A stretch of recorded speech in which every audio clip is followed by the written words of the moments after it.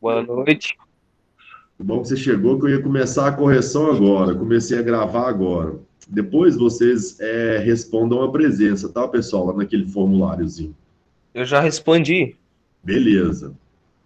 Então, pessoal, a questão era a seguinte, né? Questão 3. Explique o que é evolucionismo social e darwinismo social. A pergunta poderia ter feito ela até invertida, porque, na verdade, as duas teorias, uma complementa a outra. Que seria essa teoria, então, do darwinismo social, que implicou, inclusive, né, na justificativa da escravidão, né, eles tentaram justificar a exploração sobre as demais etnias, né, raças indígenas e africanas, né, por que essa teoria teve impacto no Brasil, né, e por que é interessante a gente compreender ela? O darwinismo social, pessoal, ela vem de uma ideia, né, ou seja, tem origem na teoria da seleção natural do Charles Darwin. Então, que teoria que é essa, né, da seleção natural do Charles Darwin? Pessoal, o Darwin era um botânico e ele fez, então, uma pesquisa das diversas raças, né, de animais que existiam, então, na Terra. E ele foi circundando vários lugares e foi através dos seus estudos, eles foi chegando à conclusão que os animais, desde aquele mais simples, aqui tem uma raia, né? Desde os mais simples, que antes da raia, por exemplo, uma bactéria, né? Que depois se desenvolve por outro organismo mais complexo. Ou seja, ele fala que desde o mais simples, né? Desde o mais rudimentar e primitivo, o organismo vivo, até o mais complexo, né? Ou seja, vai evoluindo, evoluindo até chegar nos homens. Aqui eu acho que não está mostrando todos, não. Não está, não. O que ele vai falar? Ele fala que entre esses animais, eles guardam entre si algo em comum. Ou seja, que os animais eles vão evoluindo de acordo com o ambiente. Então, aqueles que se adaptavam ao ambiente, eles passavam então o quê? A perpetuar a sua espécie. Então, desde o organismo mais simples até chegar no Homo sapiens, nós temos então o quê? Uma linha evolutiva. Era uma análise feita pela a morfologia do corpo. Como assim a morfologia do corpo? Quando a gente olha a morfologia dos animais com os seres humanos, nós conseguimos encontrar várias coisas em comum. As articulações, os músculos, a mecânica da coisa. E aí, o que ele foi falando? Ele falou, olha, os animais, eles têm uma evolução e eles vão aparecendo de acordo com a evolução e o tempo. Então, de acordo com essa tese, pessoal, né, de acordo com a tese do Charles Darwin, ele vai falar o seguinte: olha, os animais mais adaptados ao ambiente, eles vão conseguir perpetuar e aqueles que não se adaptarem vão ser excluídos, vão morrer. E o que essa tese acabou acontecendo? Essa tese da evolução dos animais, as pessoas falaram, bom, se existem espécies diferentes que vão evoluindo até a gente encontrar a espécie mais evoluída que é o Homo sapiens, então, entre os homens, a diversidade que existe entre o europeu, o índio, o negro, também reflete uma evolução. O que eles falavam? Eles falavam assim, olha, o negro saiu da África, depois o índio, ele circundou o Estreito de Bering e povoou outros lugares, como a Mongólia, e depois outros lugares como a própria América e a América do Sul. Então, o que eles acabaram fazendo? Pegaram a ideia da evolução das espécies animais e jogaram elas nas distinções de culturas que existem entre os homens. E aí eles fizeram um grau evolutivo. O negro é o mais atrasado, depois o índio e depois o europeu era o mais evoluído. Então, com essa história, o que eles fizeram? Eles usaram uma ciência que era voltada para olhar a evolução de espécies animais e passaram a analisar os seres humanos como se tivessem espécies entre seres humanos. E entre essas espécies, a mais evoluída era a europeia. Então, o próprio europeu passou a colocar eles como um critério evolutivo, ou seja, quem mais tinha a proximidade com o europeu, com a raça europeia, o mais evoluído era. Quem mais estava distante da raça europeia, em termos biológicos, mais atrasados eram. Então, pessoal, eles criaram, então, um preconceito, né? Um racismo, uma forma de valorizar eles de forma negativa, né? E aí ele fala, ó, que explica a diversidade das espécies de seres vivos através do processo de evolução, que é a do Charles Darwin. O sucesso da teoria da evolução motivou a evolução do Darwin, motivou o surgimento de correntes das ciências sociais. Então, eles pegam a teoria do Darwin, era tão forte com relação à evolução dos animais, que eles falaram, bom, então a gente pode usar ela também para os seres humanos. Então, baseada na tese da sobrevivência do mais adaptado, da importância de um controle sobre a demografia humana. Então, pessoal, é o seguinte, o que eles falavam? Olha, nós não podemos deixar que perpetue uma espécie humana que seja subdesenvolvida. Então, a ideia era o seguinte, o negro e o índio, eles deveriam, e naturalmente deveriam, ser excluídos, porque é a seleção natural, ou seja, por eles serem, então, raças menos adaptadas ao ambiente, eles deveriam ser extintos naturalmente, né? E dessa forma também seria até uma forma de controle demográfico, ou seja, as populações que vinham aumentando muito a população, né, através da seleção natural, em que eu poderia só ter relações com uns para perpetuar só alguns, né, eu acabava então controlando também a população, né? Então, de acordo com esse pensamento, pessoal, existiriam características biológicas e sociais que determinariam que uma pessoa é superior à outra e que as pessoas que se enquadrassem nesses critérios seriam as mais aptas. Geralmente, alguns padrões determinados como os indícios de superioridade em um ser humano seriam a habilidade nas ciências humanas e exatas. Então, se o cara era bom em ciências humanas e exatas, já era um indício que você era superior. Por que eles estão falando isso? Porque ciências humanas exatas, pessoal, era só estudado na Europa. Não tinha isso na África e nem na América. Mas uma forma o quê? De escolher um critério para excluir eles, né? O europeu escolheu critérios para falar que o cara era evoluído, que só existia na cultura dele, né? Então é uma forma de excluir, de discriminar, né? Em detrimento de outras ciências como a arte. Então, a arte era vista como desqualificada, mas se você fosse bom em matemática ou em história, você era evoluído. Se você fosse tocasse um instrumento bem, ou dançasse, ou pintasse bem, era pouco valorizado. Isso não significava evolução, não, né? Segundo o critério darwinista, do Darwin social. Pessoal, só para deixar claro aqui para vocês dois, o Darwin não tem nada a ver com essas teses. São outros pensadores que vai pegar a tese dele é válida até hoje na biologia, né? A evolução das espécies e a própria seleção natural, né? Ela é válida, ela ainda tem validade, né? Mas a tese darwinista jogada para a sociedade, ela foi derrubada, né? Justamente porque aqui eles vão considerar que existem espécies humanas diferentes, né? E aí começam a pensar em uma superior à outra. Esse é o erro.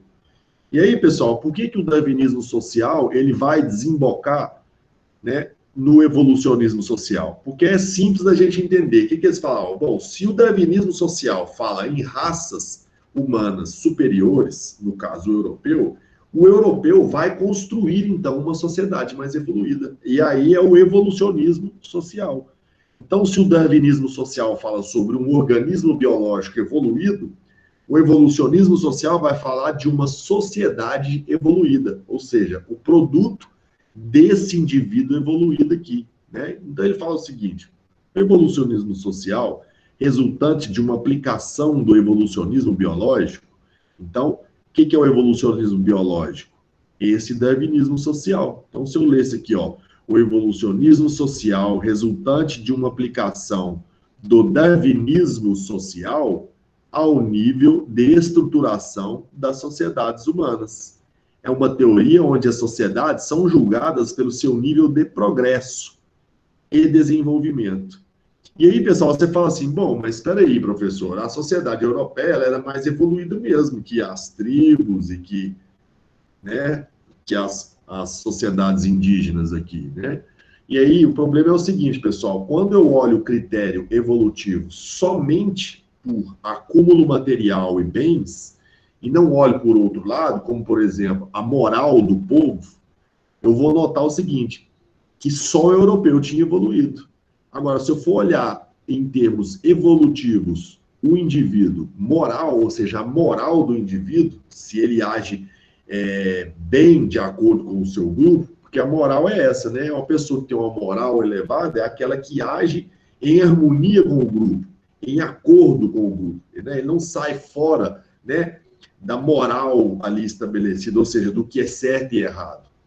Então, na verdade, a moral em termos cristãos, que a gente pode até dizer aqui, o índio tinha muito mais respeito à natureza, ele tinha muito mais respeito ao próximo. O europeu não, ele queria guerrear para tomar as coisas para ele, né, para acumular bens, ele já estava pensando em dinheiro, né, em riqueza. O índio e o negro, eles não tinham essa formação bélica, ou seja, voltada para a guerra. As comunidades tribais, elas viviam quase que em comunidade, quase que num comunismo selvagem, né? Não tinha propriedade privada, era dividido, então, em várias tribos que se intercomunicavam, né? Quando os europeus chegaram no Brasil, eles dizimaram aqui, foi um verdadeiro genocídio, né? Justamente porque o europeu se colocava numa posição de superior. Ele falava, olha, nós vamos ter que civilizar esse povo. Só que qual que era a maneira do europeu civilizar? Ou você trabalha do jeito que eu quero, na velocidade que eu quero, ou você apanha. E, logicamente, né, que a gente vê aí quem é que, nesses termos, tinha uma moral mais elevada. Então, como é que eu vou falar em evolução de um indivíduo se eu estou considerando somente aquilo que uma sociedade coloca como importante, que é o acúmulo material? Então, eu não posso dizer em evolução se eu colocar o critério evolutivo só na sociedade europeia, que era o quê? Acumular, juntar, era o início do capitalismo, né? O metalismo. Então, nesse sentido, eu não tinha como falar em evolução, né? Porque o critério evolutivo foi criado por um para ser usado a favor dele mesmo, né? Então, diante desse argumento, pessoal, eles vão o quê? Escravizar, eles vão fazer genocídios, eles vão estuprar, né? E aí, pessoal, nessa ideia de que os índios e os negros eram, então, sociedades menos evoluídas, que eles eram seres ainda em estágio evolutivo anterior ao dos europeus, eles começaram, então, a propor diversas ideias, como, por exemplo, olha, o Brasil, se não levar mais branco para lá, a sociedade não tem futuro, porque lá a maioria é negro e índio. E aí, pessoal, é aí que a gente vê o impacto aqui no Brasil, quando foi ter a abolição da escravidão. Então, pessoal, é o seguinte, 1850 parou de ter tráfico negreiro. A Inglaterra pôs uma pressão aqui no Império, na época, né? Estava Dom Pedro II aqui ainda, e ele falou, ó, então, Dom Pedro I, na verdade, né? Ó, então nós vamos fazer o seguinte, nós vamos parar de levar escravos para aí. O que acabou acontecendo? A mão de obra foi ficando escassa, e aí o brasileiro juntou a fome com a vontade de comer. Falou, bom, se a gente não está podendo trazer mais negros para entrar nas nossas fazendas e para a gente negociar eles no mercado. Então, estão dizendo que o Brasil não tem futuro, porque se a gente não branquear o Brasil, não trazer branco para cá, então vamos fazer isso. A gente vai não trazer mais negros para atender o mercado que o inglês está pondo pressão sobre a gente, e a gente vai empregar, então, imigrantes. E aí, pessoal, a partir daí, a partir de 1850, começou a trazer imigrantes, e até 1888, que é a assinatura da Lei Áurea, que liberta os escravos, libertaram os escravos, mas não deram oportunidade deles trabalharem como assalariados. Na verdade, eles foram libertos, mas o local onde eles iam trabalhar foram ocupados por imigrantes. Porque a ideia era o quê? Branquear o Brasil. Misturar com o negro e o índio com o europeu, para que o Brasil tivesse futuro. Só dessa maneira o Brasil teria futuro. Né? Se eu branqueasse, se eu colocasse europeu para misturar com o negro. Então, essas ideias, pessoal, elas foram aceitas pela elite brasileira. Era 30% só da população que era branca. E essa população branca, ela era o quê? Majoritariamente em termos econômicos. Elas é que tinham domínio econômico. Então, o que eles, para eles, era vantagem, até porque eles tinham medo, porque como era a maioria negra e tinha muito exploração e escravidão, eles falaram, não, vamos fazer isso. E aí, o que acontece? Essa massa de negros que é liberta, ela não tem acesso de novo, é jogada na marginalidade, né, porque ela não tem emprego mais, ela não tem... Se ela tentasse voltar, né, essa mão de obra negra, tentasse voltar para a fazenda dele, fala, não, cara, já está empregado um imigrante aqui, até porque o trabalho de negro não é bom, né? Então eles tinham um preconceito também com o ex-escravo. Então essas teses aqui, elas foram, assim, causaram um impacto muito grande e elas foram promovidas, as teses de branqueamento, pela própria elite brasileira, né? Então isso aí foi, na verdade, um problema seríssimo, que até hoje nós vivemos problemas de desigualdade racial e social devido a essas teses, né? Então, pessoal, o evolucionismo social, mais precisamente, o evolucionismo cultural, é uma teoria criada por esses caras aqui que criaram: Edward Bernard Taylor, Lewis Henry Morgan e Herbert Spencer. Esse pessoal aqui tem uma vasta literatura, né, tentando justificar a exploração, o imperialismo, né? Ó, pessoal, boa parte da riqueza da Europa e dos Estados Unidos, elas advieram dessas teses aqui. Então, quando o europeu ia na América e saqueava e roubava e enriquecia-se, ele principalmente estava levando base para a sua produção e tornando cada vez mais pobre tanto a América do Sul, né, como também a África. Ao mesmo tempo também que ele poderia, então, fazer a discriminação utilizando um argumento científico. Falou, não, eu estou usando a ciência, eu estou levando a civilização para o povo, né, eu estou ajudando eles. Então, pessoal, essas duas teses elas foram utilizadas para, né, justificar a escravidão, né, o racismo estrutural, que até hoje nós vemos que é um elitismo, né, aquela visão de elite que detesta ajudar o pobre, detesta dar uma mão, né, para aquele que é mais pobre. Então, a visão elitista é que, não, um pobre que morra, né, vamos cuidar do dinheiro, né. Então, aquela visão elitista que ainda acabou abraçando essas duas teses aqui, né.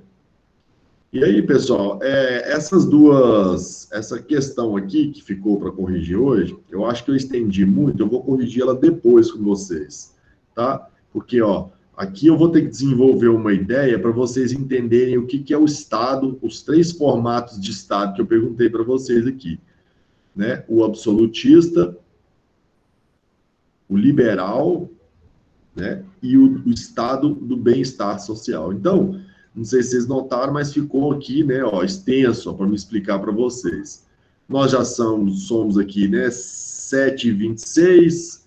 Eu tenho medo, às vezes, de começar a correção e extrapolar o tempo, né? Então, pessoal, eu vou corrigir essa aqui na próxima aula, pode ser? Pode. Beleza.